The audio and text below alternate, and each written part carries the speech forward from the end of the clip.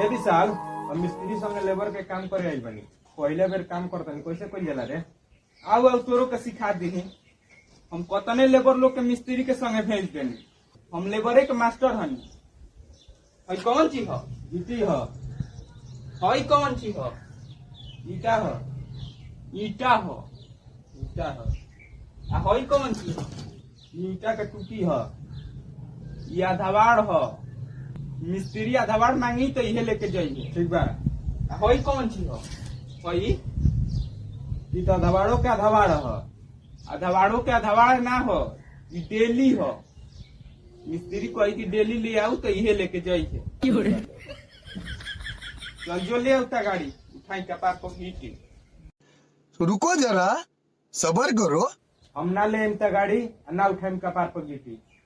ते ले आवता गाड़ी आ ते उठाऊ अपना कपार पर गिट्टी।